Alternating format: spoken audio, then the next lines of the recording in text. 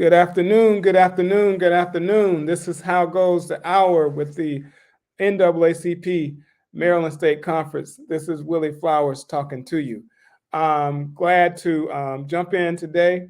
We have a lot to talk about. We have some exciting guests. So please, thank you, whoever's watching this out there. I know that there are 1,000 things going on in wherever you are, whether you were talking about the international crisis, the national crisis with gas, whether we're talking about whatever's going on in your given state or jurisdiction, there's a lot going on. I want to open up real quick with just some exciting news because the Juneteenth season added something spectacular to to America, but more particularly to Black African people to understand that history, but to take a different position because I take a whole different role on the Juneteenth reality than most people because we celebrate the past, we look to the past, but we can't be consumed by the past. We have to look at the liberation themes in all that we do, and quite frankly, what we have experienced in this country, starts with Mother Africa, starts with the reality that that continent meant so much to the world and has meant so much to the world.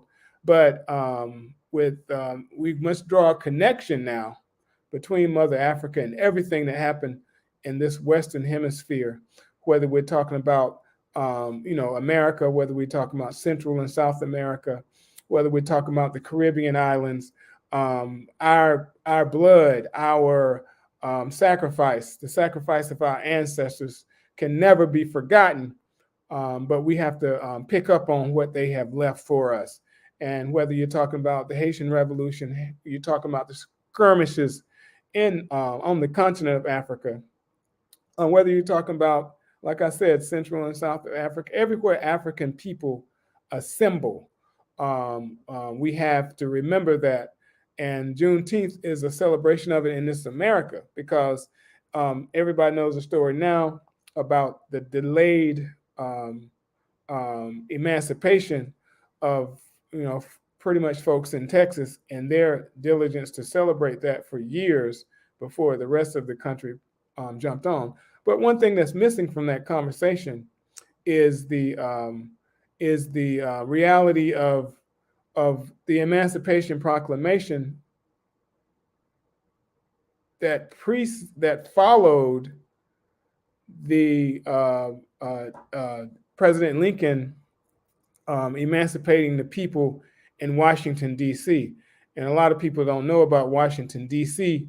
emancipation that preceded the Emancipation Proclamation, but the Emancipation Proclamation put in place steps in the state of Maryland to emancipate, to liberate the folks in the state of Maryland, which didn't win by a strong vote, which is interesting. And that day is November 1st, I think. And so all these pieces were compelled by what I think is the most significant revolution in the history of this whole thing about being emancipating yourself or whatever, however you look at it. But the Haitian Revolution should be a detailed, everybody needs to study that. Everybody needs to study it for a lot of reasons. But the most significant reason is because most of the people who were fighting the Haitian Revolution, the leaders, were educated. Toussaint Louverture, Dessalines, you look at any of them, they were literate and they knew how to fight. And so they kicked the French out of Haiti. Unfortunately, they made a deal to give reparations to that country so they could pay back the owners. And it basically crippled and destroyed Haiti. In addition to that, America made a dirty deal with France. And the history has recorded that the Louisiana Purchase was the biggest, cheapest land deal. But they don't tell you that the reason that France had to sell off Louisiana, which is at the time everything west of the Mississippi out to California, it didn't include Texas, But the point is, the reason they had to give up that land was because France couldn't conquer it because they had been they fell for the okie doke in Haiti.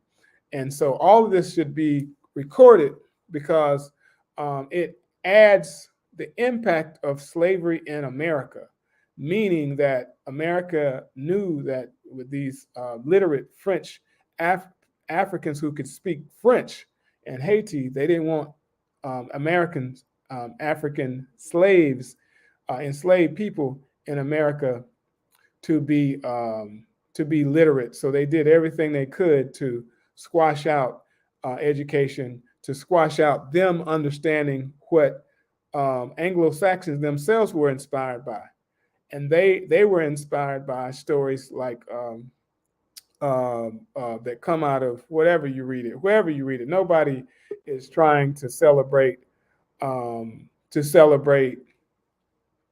aristocracy.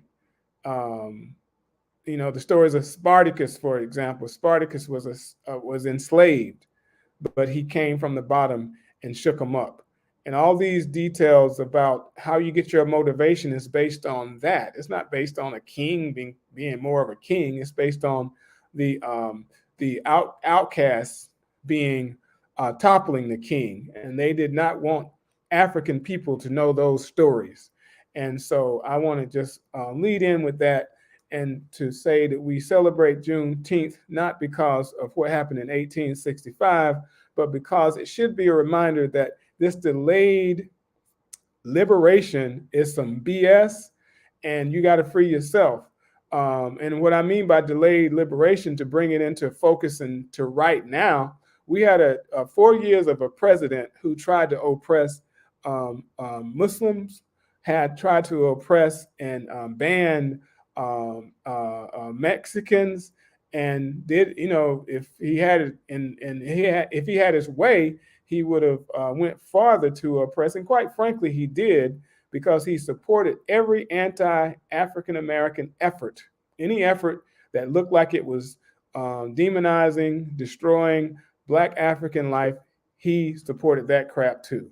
So I wanted to. I got a few guests on today. We're going to talk about a lot, but and this to bring it home, this whole podcast is about what the NAACP is doing in the state of Maryland. And I do want to close out to do my own monologue because in Howard County, as most people know, I'm the Howard County branch president. And there's been attacks on not just the NAACP, but me. And I'm going to bring it down.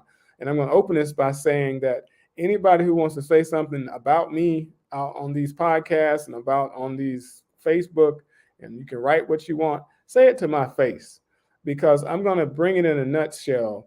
And this is on the issue of a candidate, but also a council member named Deb Young, who confronted some young people in Clarksville Commons parking lot, and about revving up their engines. And she was very nasty, I'll say, to confront young people, as opposed to being a diplomat. In the position of the NAACP, or my position as a spokesperson of the NAACP, but she could have been more diplomatic, and she wasn't. She didn't choose to be diplomatic. And the people who have criticized our position on this agreed that she could have been more diplomatic, but they wanted to get their political points by attacking me, by acknowledging that she could have been more diplomatic, but she wasn't. And what she did was she weaponized her position as a council member and threatened these young people by saying that she would call the police on them, which is absurd. And since then, there's been this heightened interest in drag racing in Howard County, which I haven't heard anything about it because I don't drag race. But if they did drag race, the fact is, on that night, it wasn't about drag racing. It was about her weaponizing her position. And we can stay there. And she could have been a diplomat, and she wasn't. And so the concern is, just apologize. She hasn't done that. It's been weeks since that incident, Memorial Day. She hasn't done that. And in addition to that, the investigation about what is the retribution for any elected official, government official, threatening someone, basically on her day off. So what does that mean? What does that mean? It means that this individual is not practice any type of civility, doesn't amplify some cultural competency with concern about young people in this case. And I don't care what race they are or what their ethnic background is, but for an adult to confront young people and threaten them for revving up an engine in a parking lot, and then, like I said, can someone drag race in a parking lot? Seriously? So, to anyone who wants to make her into this saint, which she's not, who wants to make her into someone innocent, which she is not in this case, because we're talking about her job as an elected official, then, like I said, if you got something to say it to my face. And so, more importantly, the criticism was we should be concerned, and basically they accused us, the NAACP.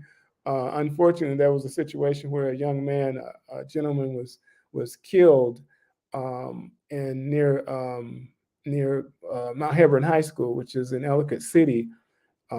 He was hit by a car, a hit and run situation, and they try to say that we should be focused on that and not focus on the fact that young people were threatened by a council member. And that's, I'll leave it at that. But again, as always, the focus and the goal of the NAACP is to bring the issue to fore and to give voice to people who are attacked. The family of the young man contacted me, and I had to respond. And had I not been responding, I would have been criticized for not responding. So the best response is to support the family in that situation. And speaking of that, we got the unfortunate news this week. Actually, I was at the trial of the young man who was hit and punched by a school security officer at Howard High School. And we jumped on that case when it happened because it was filmed. For those who don't know, it was filmed by a young person, and we made it an issue and stayed on top of the issue until the final criminal case, because the family has options of a civil case, but the school security officer was found not guilty. It doesn't mean that he did something wrong, because everyone who testified from his side said that they would not have punched the young man. And the director of security of the Howard County Public Schools explained that he wasn't trained to do that. So all that said, it's unfortunate that he was acquitted, because it would have sent a message to others. But it's our job to stay on top of this and any other situation where young people are being abused, where young people are being accused of doing stuff that is, not even against the law.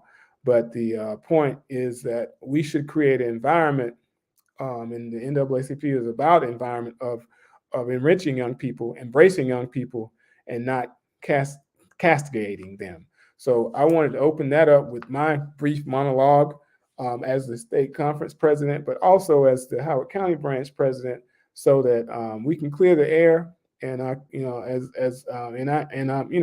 AME. I grew up in AME, but I also grew up on a street called Jump Street. So if you want to criticize me or the NAACP, I just ask you to say it to my face, because I will say it to yours. So I want that message to go out. But today we have an exciting lineup of within the last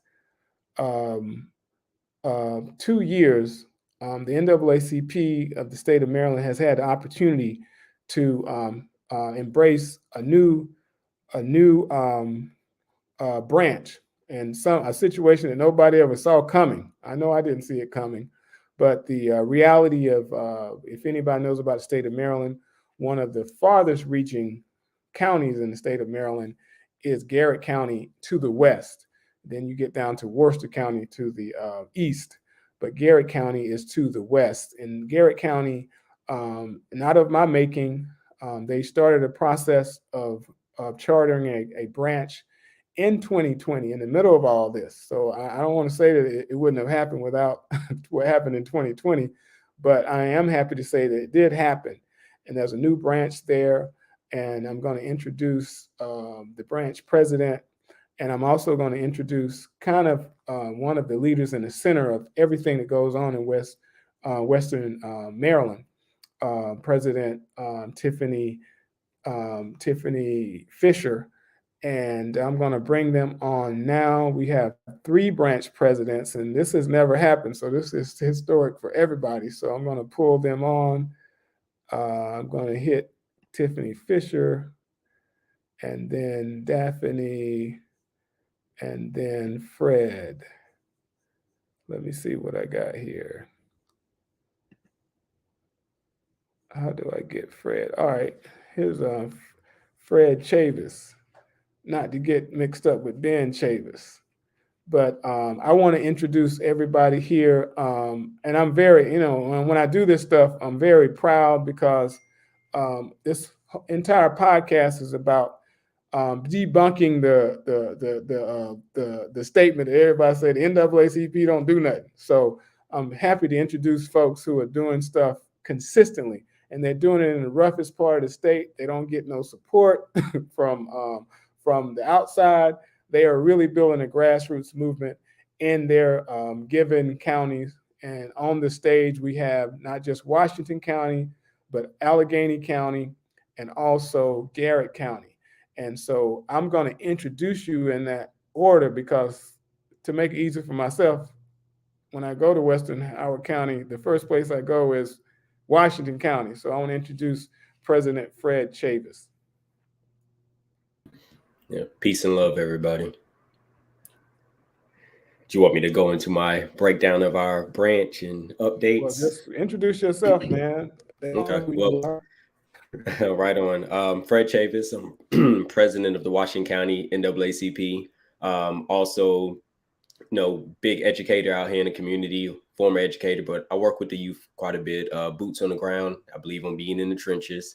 And I'm happy to be here. Also happy to be a part of our Western Maryland United, which was a dream that we had that has been absolutely manifesting out here in Western Maryland as we build up the new guard. So happy to be here. Looking forward to answering some questions and getting into some good discussion.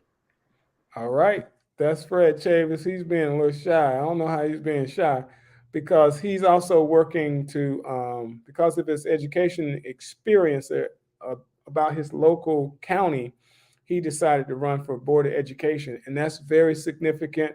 It's important overall because of the attacks on education by conservatives who don't care about educating, advancing equity. I'll just say that to not sound like I'm mad.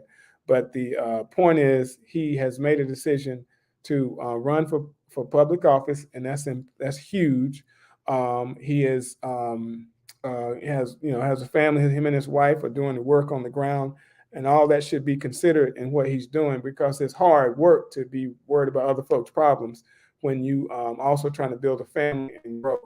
And so I want to acknowledge him for that. He's trying to be, I don't know where side of the political aisle he's from, but he's trying to be bashful and all that. So I had to pump him up. But the thing is, he has already built connections that are relevant for the long-term success of not only that Washington County, but also for the branch there. And he's made connections with his given home church. If you have to correct me, but the church is at the center of everything they do with the branch and his campaign, if I'm not correct. And he's also the leader of a 501c3 there. So all these things are significant to me because when people do that kind of work, they take on this, I won't say this interest in public office because they have the tentacles of that. And he's the type of individual, it doesn't matter if he win or lose, he's going to still be working in the community. So I want to acknowledge that and just say that we should embrace this type of action. And I'm very proud that he's doing the work he's doing. Did I get it? No, absolutely not. I appreciate it. Like I said, I thought it was just going to be one of those small intros. So I was like, all right, I'm going to keep it brief for right now. But no, I'm ready to definitely talk about some things. Because the more work you do, the more entrenched you do get into the community. And then you also start recognizing what needs to change and, what we need to go after. So I'm ready to get into this for sure. And I do appreciate your support. He's not a one-shot pony. What they say, one-trick pony either. So, and that's good because when the haters come at you, they don't know how to come. You know what I'm saying? So when you got several things going on, the haters all they can do is hate. They got one job, and that job don't work on people who are really doing the work. So Right on. I want to commend you for everything that you're doing, man. And he didn't mention that he's also a track coach. So that's the other piece. That endurance, you're gonna need it. Oh yeah, big on athletics, man. So All I right. got wear multiple hats. All right, we got President Tiffany Fisher in the house. You want to introduce yourself, ma'am? Yes, my name is Tiffany Fisher. I'm the president of the Allegheny County NAACP. I'm also a member of the Maryland State Conference. I'm the executive member at large, and the unofficial guide for the NAACPs up here in Western Maryland. Wear several hats in the community, and I'm excited to talk about all the great stuff we've been able to accomplish collectively and individually here in Western Maryland. This happened. Me and Fred and Daphne has joined us. This was a vision and a mission, and me and Fred spent many hours praying over the direction we were going. We started first, both being vice presidents, and saw that there needed to be a change in the community as a whole, and realized that the connection between the three counties is very deep. So this brainchild of Western Maryland being united in the NAACP started with one conversation with somebody introducing me to Fred, and a march that we did in 2020, and has just bloomed into this wonderful chosen family. And so I'm excited to be here and tell you about all the great stuff that we've achieved and the goals that we have moving forward in the Tri-County. And Tiffany trying to be bashful too. I don't know where these folks get this from, but she has been on the front lines for a while. She comes out of a significant family. I can just say she was born in, you can correct me if I'm wrong, but she was born in the AME church. And with that experience being my experience, I know that she was inspired to do some radical stuff from birth, probably. And so she's been keeping that, and the significance of that. And I kind of envy her because she's able to do it in the place where she was born. I wasn't able to do a lot of the work where I was born. But the point is that we're still doing the work. And I know I was inspired by Allen and Absalom Jones, Richard Allen and Absalom Jones, just by knowing that they were the first denomination out here in America to pull together Black folks, and the focus on Black uplift is what drives me, you know. So and I get that feeling every time I talk to her. So and she's taken that branch to another level. I tell everybody that the hardest job in the NAACP is that of a branch president, and she's done an excellent job so far in what she's done. So I want to just pump her up too, because that's what it takes sometimes. All right, who we got here? Miss Daphne, you want to introduce yourself?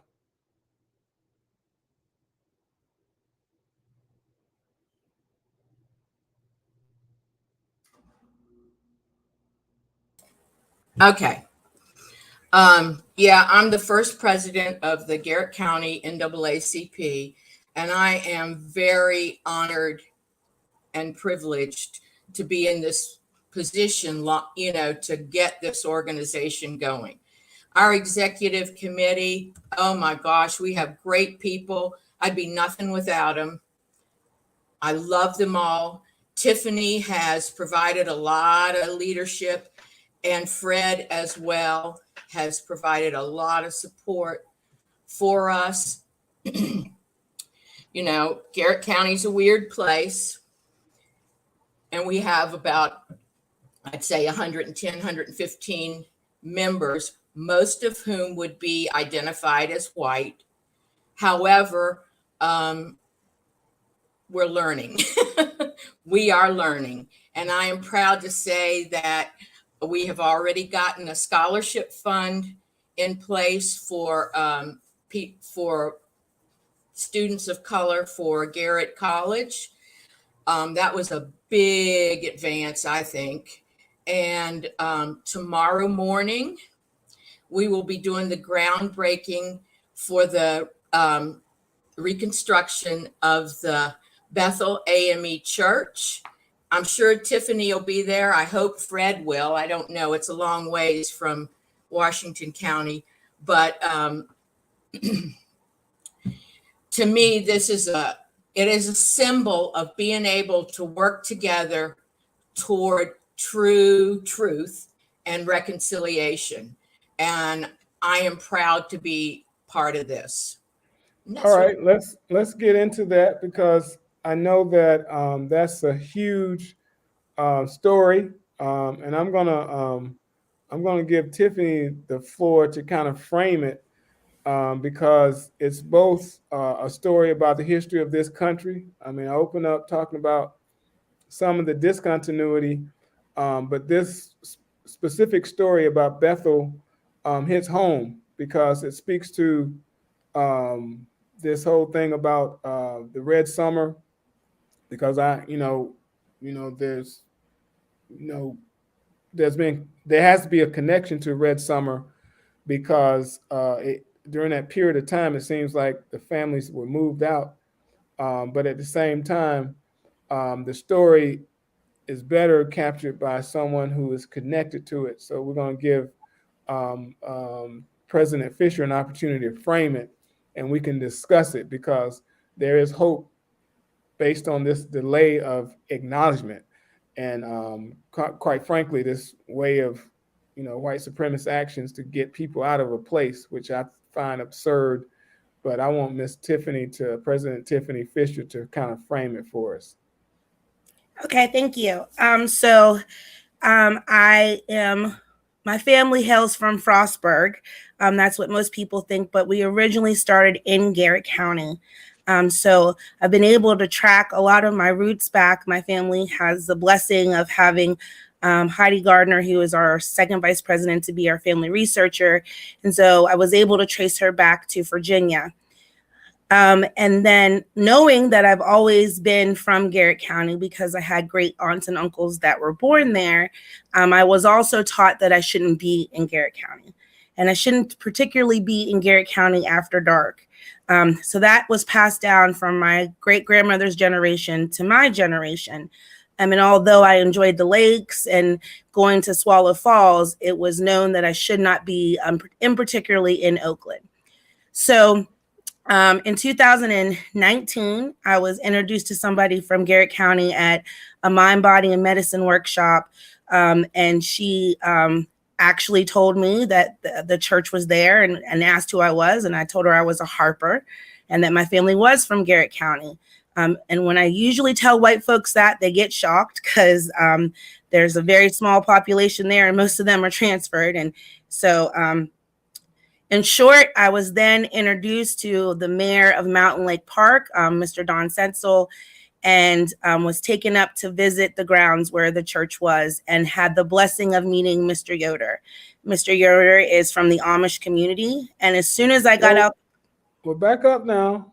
That's okay. where it is now. You got to go back now. You talking like right. Everybody know what you're talking about. All right. So what happened was in Garrett County in Oakland, there was a Black and brown community that was there and was thriving. My great-grandmother came over here and had already had an aunt of her own, Anna Mariah, that was here living in Garrett County. And Anna Mariah actually owned a cottage in Garrett County and a property in Fairmont. So that's to say that these Black women came with money.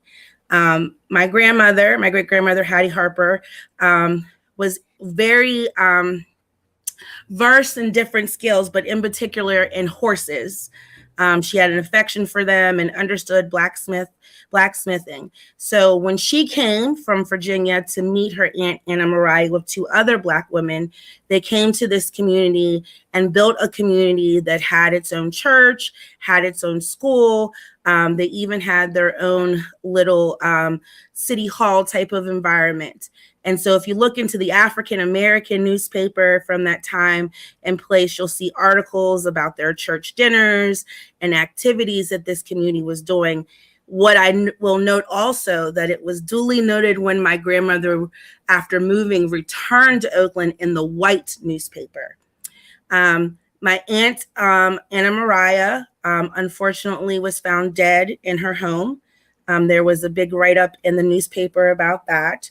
And if you look at the census, you will see that for a short time she identified as a white person, but then you see in the census where it changes over after she was married and she's now identified as Black. So around the time after Anna Mariah passed away, according to the obituary, it says from an angina, but we've done some research that we think that there could have been some foul play. This is when the sundown counties started. And right around that time is when Garrett County started to have an uprise coming across the mountain from West Virginia into Garrett County of KKK action. So you have to understand the dynamics of living in these hills, even where I'm sitting now. Can you give us, you got to talk in years so people can understand this. I'm sorry. This is in the early 20s or? Yes, it's about the mid-20s. Yeah, 1920s. Right. So to understand where we're located, you have to understand that most of us that live here in Allegheny County and some parts of Garrett County can walk to West Virginia. So when West Virginia separated from Virginia, there was land that they fought about, which included Garrett County. So Garrett County at one time was actually a part of Allegheny County. So this transition, when it moved from into being Garrett County, was whenever this started to fold over and we started to have this issue with the KKK and racial tensions. So at that point in time, when it became a sundown county, they started to push the Black and brown community out and they moved towards Frostburg, and some stayed. And particularly the minister wanted to stay. Across the street from this church where it was standing, there was a tree, which is known in the community as being the lynching tree. However, there's no documented history yet of a lynching occurring there. So in the midst of pushing this Black community out, the minister came back to fight for his church, and his last name was Walker. And that family is connected to me because the Fisher and the Walker family married into each other. So I'm related to him also.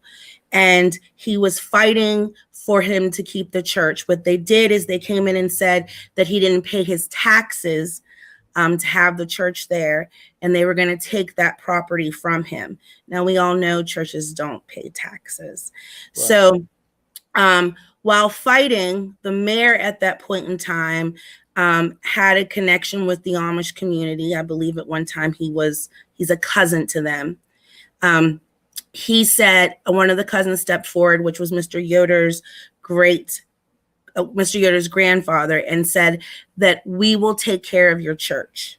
You're okay. Please don't fight. Don't argue with them, because the minister had a gun and was going to fight for his church. So because the Amish community was so close to the Black and brown community, they actually came from the same place in Virginia. He trusted him. So the Amish community took this building and moved it from the area that it stood on in Oakland, the outside of town, to the Yoder's farm. And they hid it and disguised it as a stable house. Mm-hmm. Yet the Yoder family always knew what went on. They also took the Bible and gave it to another Yoder family member to hold on to this Bible. So fast forward to where I was at before Willie told me to back up. When I met Mr. Yoder and I got out of the car, without even telling him that I was from more than one of those families, he said, "Miss Harper Walker." And the first thing that we did was go into this stable house that looks very similar to the AME church that I grew up in Frostburg. It's almost the exact same structure. They're so similar. We walked in there and Mr. Yoder asked if he could hear us pray. And he's always daydreamed about being able to worship, see what it's like when people who should be worshiping there were worshiping there.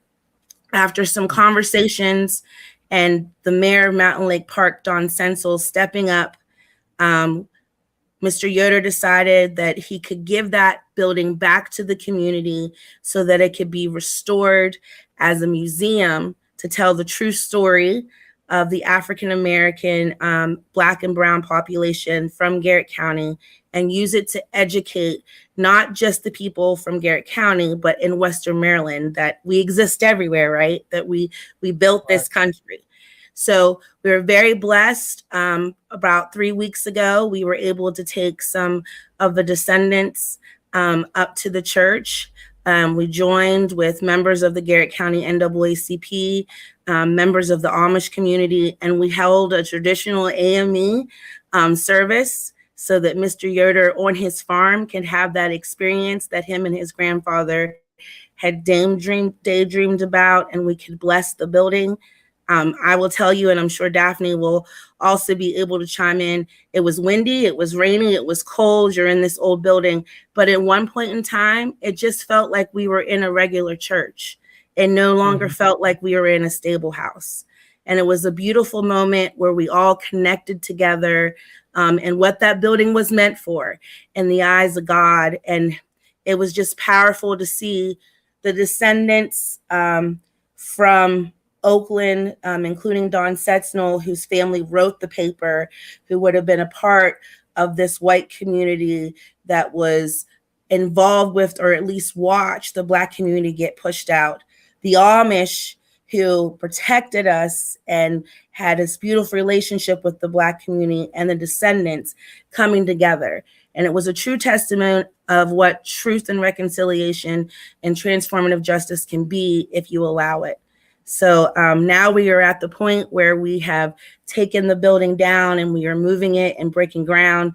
And the great thing about that is we've reached out to the descendants and asked if they would like to participate in that, so that they can hammer some nails and, be a part of putting the building back together, be a part of that history. So I'm excited about that. I'm so excited. I'll cry because everybody on this call knows I'm a crier, but I was able to bring Sue Jones with us to that. Miss Sue is 80 years old. She's the first and only ever Black judge to sit in Allegheny County. And I think that might be true for all of Western Maryland. She was an orphans courts judge, and to have her come and be in that building, she had never been in Garrett County before, because she was told not to go there. Wow. So to have her first experience to be in that church of people coming together, that was an amazing moment that I will hold on to forever. Well, like I said, the goal of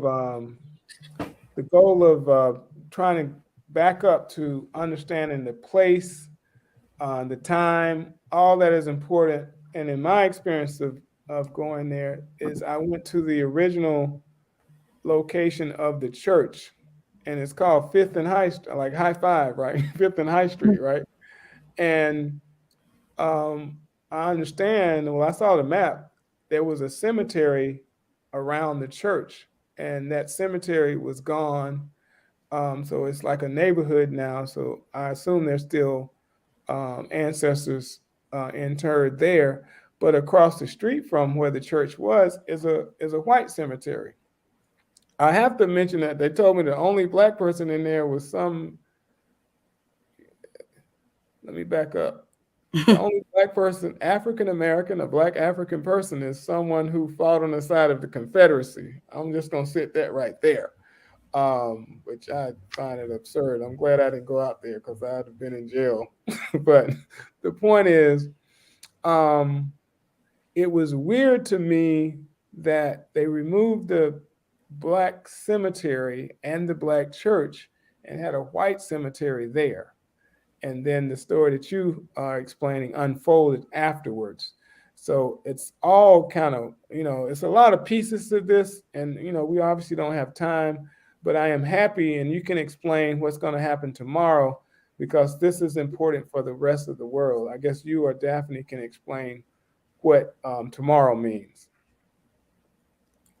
Daphne, do you want me to take it, or you got it? You can take it. I mean, it's closer to your family. Okay. But I have to say, like, I'm 72 years old. And in 1963, I was in the 9th grade and I was in the South. And that was when the schools were forced to desegregate. And that was the beginning of sort of my activist life, because there was one young woman in our classes who was Black and 2 young men. And she sat and cried for the first month or so of school. And I said, I have got to go back there and meet her.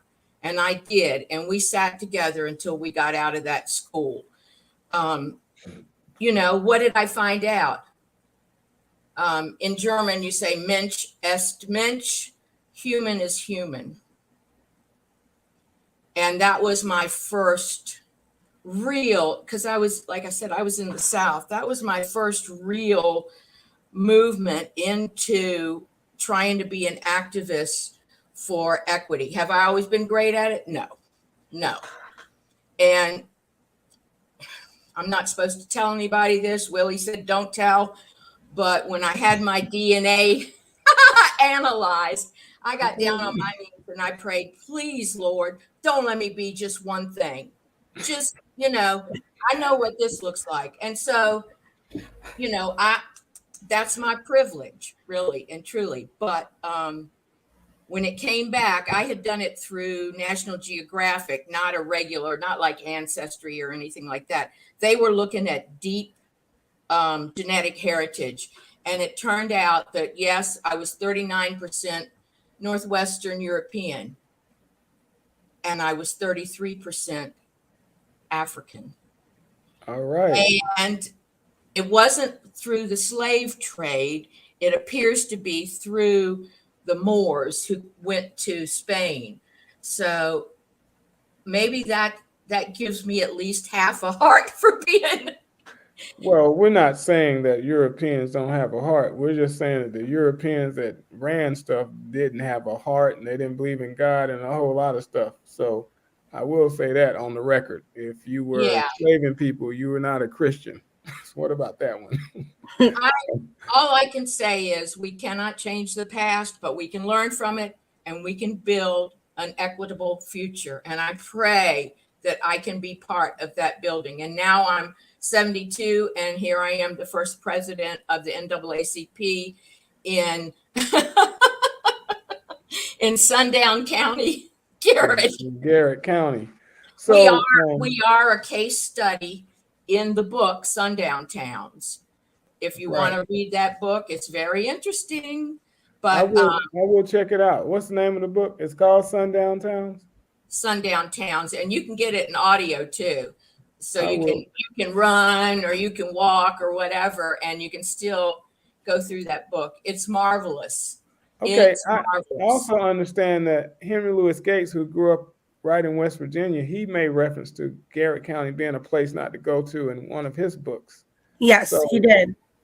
And even in his original book, one of his first books was called Color People, and it's actually about being here and living here.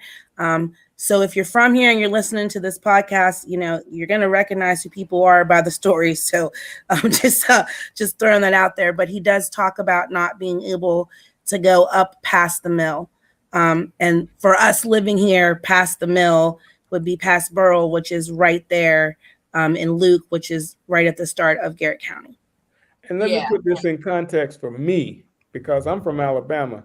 And they may have been somebody scared to go to some county, but they never told us any stories like these. Not to go somewhere after night and all that, after dark. So, and Alabama's supposed to be one of the worst places after Mississippi. So y'all telling me today that Garrett County had this reputation throughout the history of Maryland. Yeah, it does. Let's go ahead, Tiff.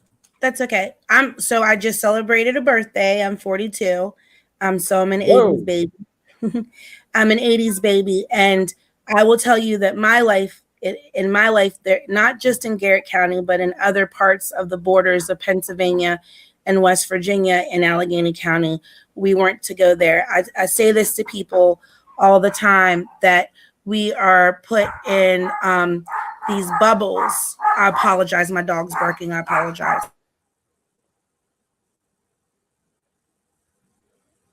Well, the one thing that surprised me is those sundown towns, the great majority of them are not in the South. They're in the border and north. I mean, let's face it, the South wasn't going to lose its low cost labor force. I mean, it wasn't like the South was nice. It just meant, you're from Alabama. The South wasn't going to lose cheap labor. So there weren't very many sundown towns in the South. And let me say, there could be, but I never heard that term. So I'm just saying that, the other piece is that, where I'm from, we say, if you north of Birmingham, you're a Yankee. So the idea was that everything north of there was better than where we were.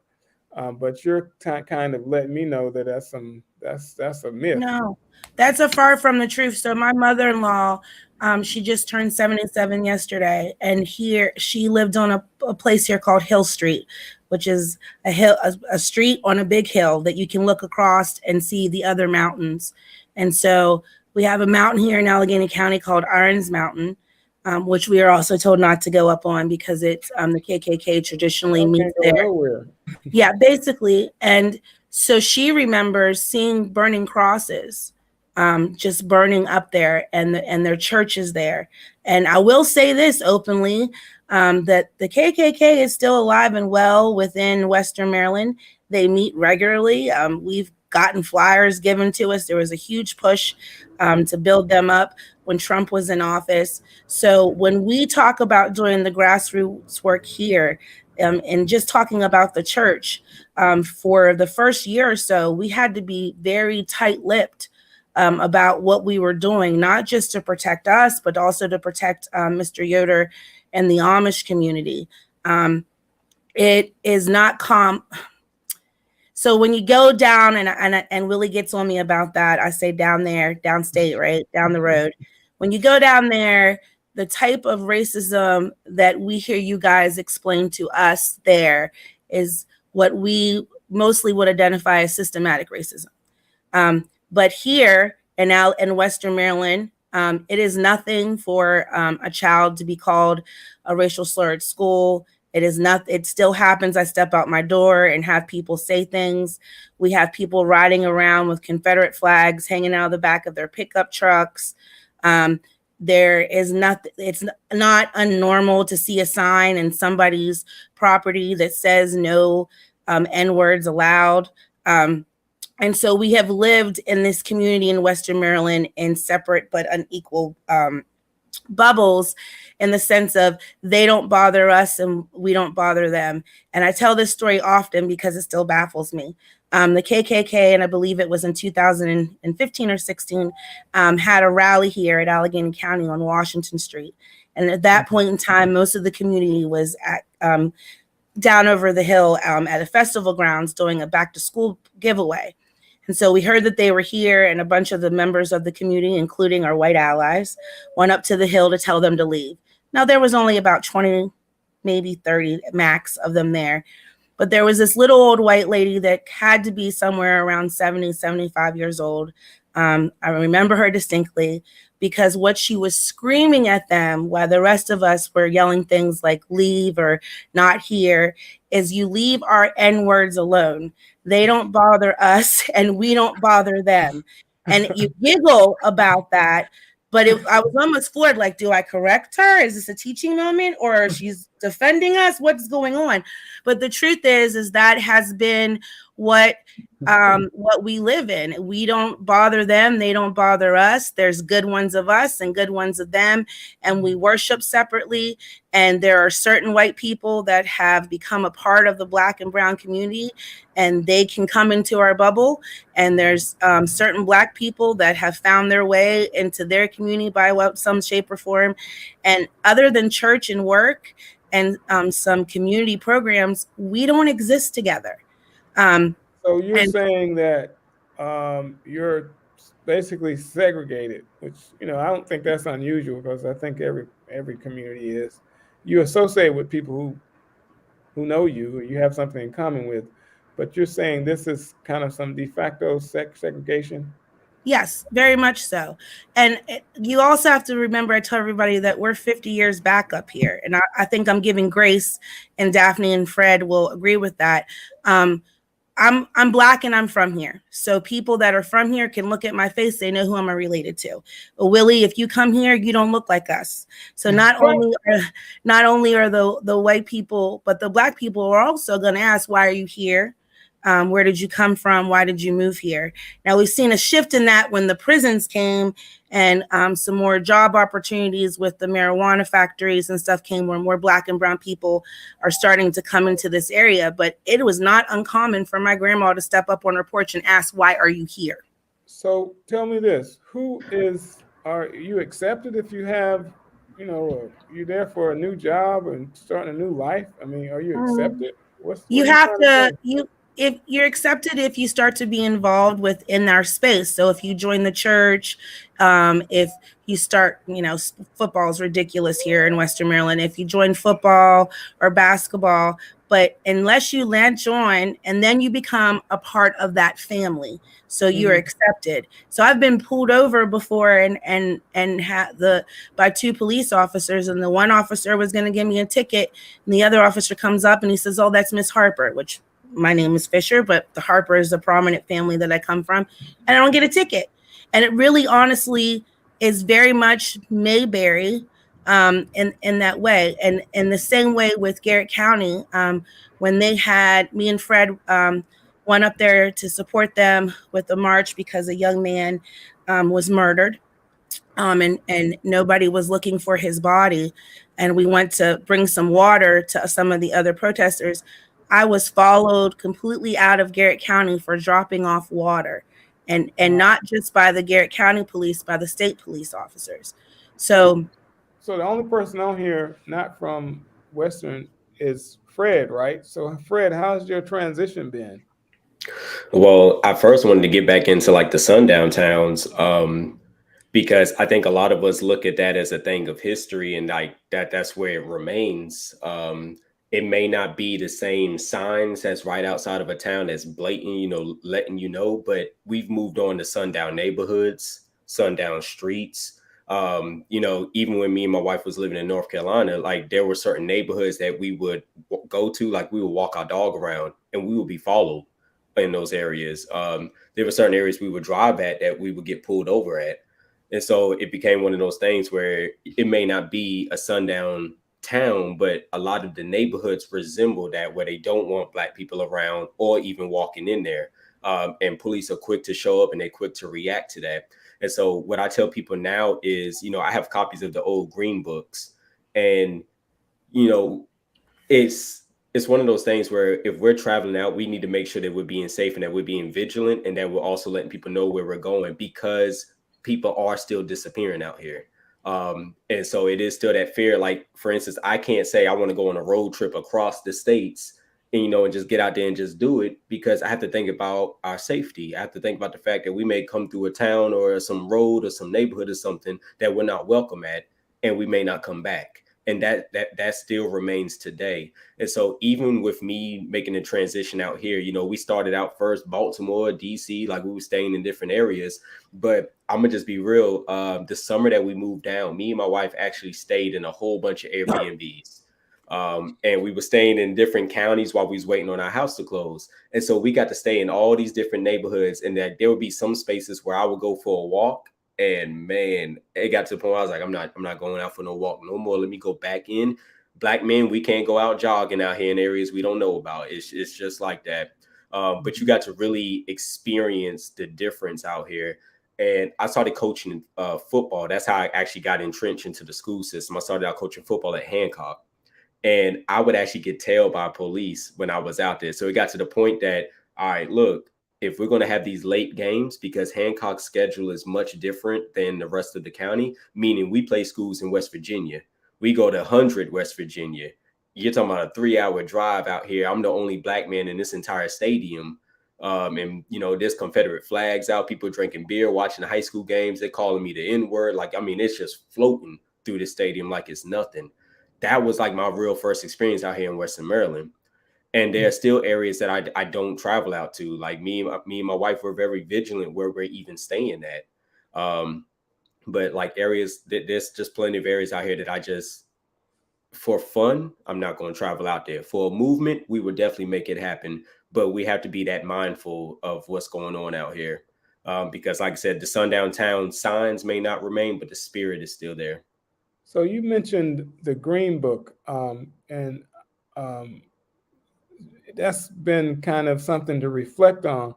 But when I started doing research on it, you know, particularly right here where I live in Howard County, what was revealed was they said in some cases you didn't have a Green Book to show you where to go, but there was a list of places that you didn't go because of this this KKK nonsense and just people who you know, disrespected Black folks.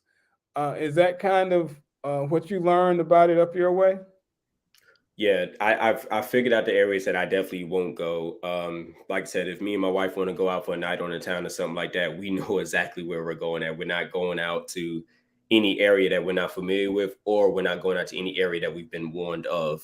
Wow. So it's a bit of both. And it's so funny with like even the Green Book, because, you know, some people who would travel with it, if an officer pulled you over and they saw that you had that Green Book, they would take it. You know what I'm saying? So that they could, you know, go through the areas or whatever, or force you to have to go somewhere that's not going to be safe for you.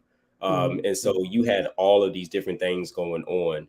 And like I said, it's just, you have to be safe out here, especially when you get into this work. And this is why I tell people this isn't a trend or a hashtag or something fun to do or temporary. Like this becomes your life's work, literally. And everybody that's close to you is going to be affected by the work that you do. People are going to recognize you.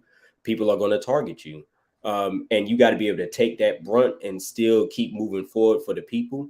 And so for me, like I said, people out here, they know me, they know the work that I'm doing, but I also recognize those that hate the work that I'm doing, those that want to stop the work that I'm doing. And you got to be able to just continue to go forward with what you're doing and ensuring the safety of not only your community, because people forget that a lot of us have our own families and households that we have to take care of, but they think that, you know, this work is supposed to be just for the community, but you got to take care of your own household as well.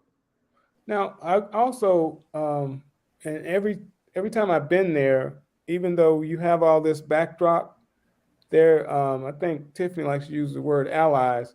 There have always been allies along the way, and what I was exposed to in Allegheny County and Garrett County, for that matter, was the history of the Church of the Brethren. I think I met one of your members who was a Church of the Brethren, but also the Amish and the Quakers are in that area.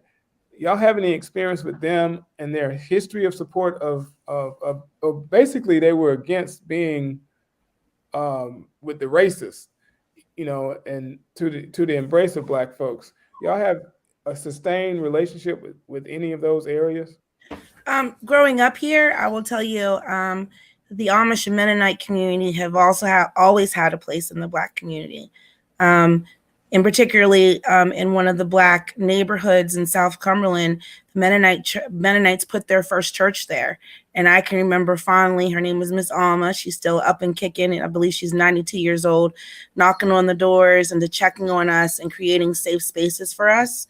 I'll say that when me and Fred do travel and we go to those more secluded parts of the state, that we do have safe houses that have been offered from those communities in case something happens. And Willie's looking confused, but I will tell you, I'm going to explain this to you because it's a real thing.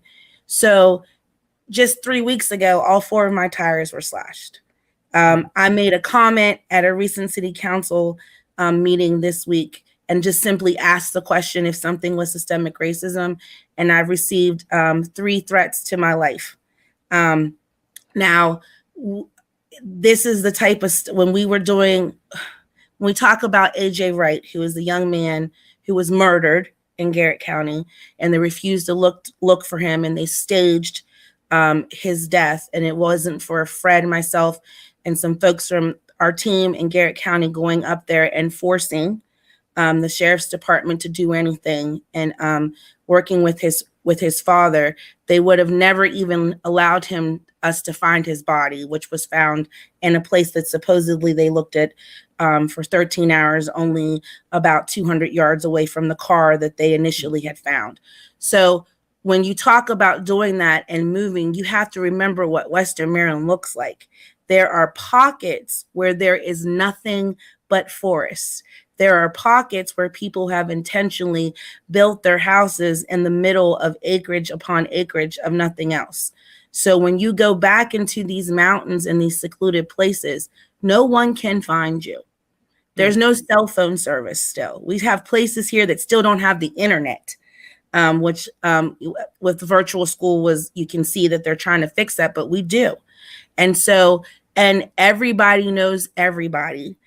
To a certain extent, we're all connected. So even when you try to be quiet about where you're going, it's going to get out there. So that's when you say the grassroots work. And I keep bringing up where we are as far as our mentality in Western Maryland. There's danger to this work, but there's also joy. And I don't want to spend too much time on the danger, because I fear nothing, because I have God, and I know I have my ancestors watching over me. And if anybody knows my own testimony, I fought last year for 40 days and 14 surgeries to get back, because there was work to be done that I was called to do. So, and I came out the hospital and took my walker and was on the ground running from the day I got home. So I understand the importance of this work. Not just to tell the story of my ancestors, but to also make sure there is a legacy for my children. And that's why our growing theme here in Allegheny County is our history, our story, our legacy. And so there's so much beauty here. One thing we're blessed to have that a lot of people don't is that we can walk down into the Underground Railroad and sit with our ancestors whenever we want. It's right up the hill. We have the blessing of having the oral histories passed down directly from us, and the family connections where I can go and ask questions to. Allegheny County is the first in the state of Maryland, with the help and particularly with the Brownsville Project and the Allegheny County Lynching Truth and Reconciliation. The NAACP partnered with them to complete the Lynching Memorial Project for the lynching of Robert Hughes, which that story in itself talks about how separate we are. The man that he was accused of murdering is the only police officer in the history of Allegheny County to be killed in the line of duty. And that is the only documented lynching, and how the churches came together. So there is beauty here. We just had our Tri-County Juneteenth Festival.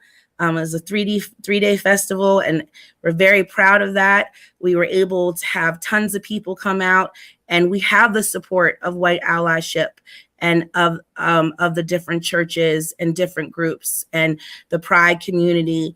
And so when we do come together, it is very beautiful. I want to point out too that within the Allegheny County branch, and I know that a lot of Daphne's folks up there took advantage of it, we understand that we don't look like the rest of Maryland, and that people have been exposed to this lifestyle in this hills. So we created a race relations group, which is a space led by one of our executive committee members, Caroline Hahn, and she is very educated in transformative justice. and they sit, they read together, they ask all the questions without judgments and talk about their privilege and talk about what to say, what not to say, and what terms this is, and all of those feelings that it has from moving from wanting to just be a supporter to an ally to actually do the work, so that me and Fred and the rest of the Black folks that are here don't have to tax ourselves with those emotions and what's going on. And I think that experience of them being able to have a white space to talk about their white privilege without being judged has taken away a lot of that anxiety of, well, if I say this, I'm going to look like a racist, but I'm not a racist, because they can hold each other accountable. And I think the work that we've done with that has made those allies and those supporters that we were here comfortable and wanting to understanding how to keep the Black and brown community safe, and understanding the importance of telling our history. I tell everybody, we can't move past and to get to equity and inclusion if we don't first become a community. And we can't become a community until we tell the truth. And the truth is ugly and it hurts. But if we just keep putting a Band-Aid on it and acknowledging, oh, there was slavery, let's move on, and not talk about all of the emotions and the pain and the suffering that came from that from generations, and all of the horrific things that America has done. That's it. America has done horrific things to Black and brown people. And we have to acknowledge that and talk about it. We have to have therapy about that, because there's a generational pain that not only Black people have, but there's a generational pain of white people that have been told not to acknowledge it. So they're carrying around all of this weight of what their ancestors do. And the only thing that they've been taught is to not acknowledge it, and it will go away. And until they acknowledge it and deal with that pain that they have, then we can't get through racism. We can't get through change. And so what we're seeing here in Western Maryland in particularly is that the structures and the history that we have here, they're trying to hide it and make it go away so that they don't have to acknowledge it and talk about it. And particularly these community centers that are in Washington County and Allegheny County that are in former Black schools during segregation. They're trying to whitewash them. We just went to the city council, and Fred's had his own thing in Washington County to take away the story of that building.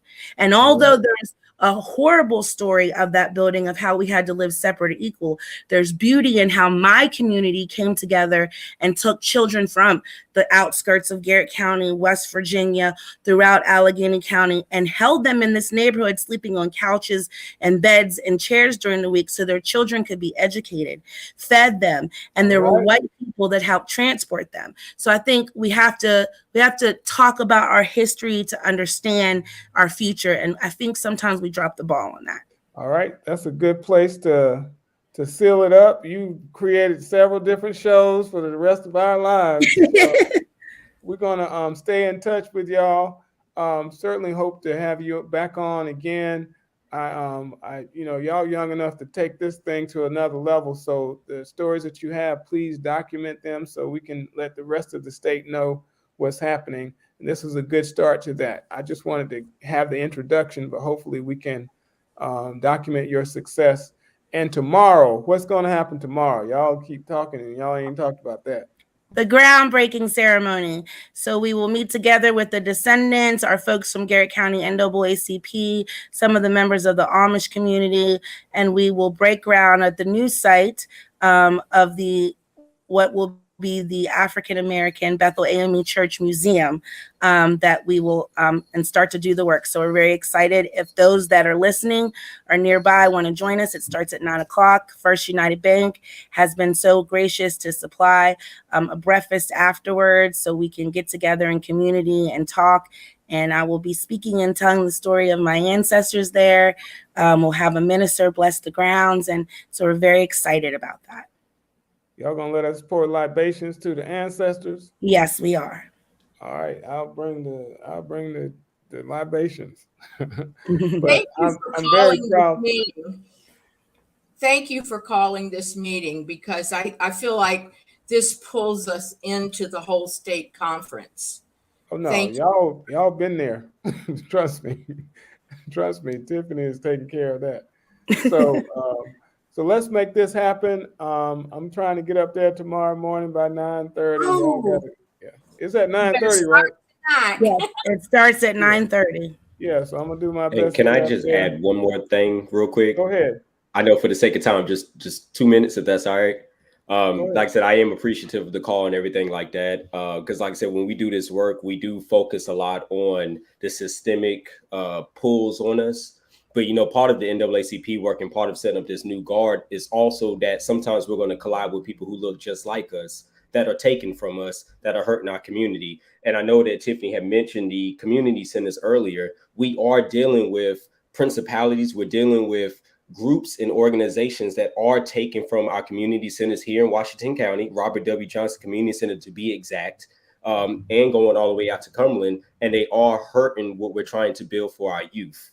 And this is something that we also will have to be able to tackle together, is to be able to drive out those who want to exploit and capitalize off of our community rather than trying to embrace the vision of building it up. Because in the end, we're hurting the young people and their exposure and their chances to make it. So we need to look into those centers to see what exactly is going on, who is funneling, who is in control, who is reaching out to the boards.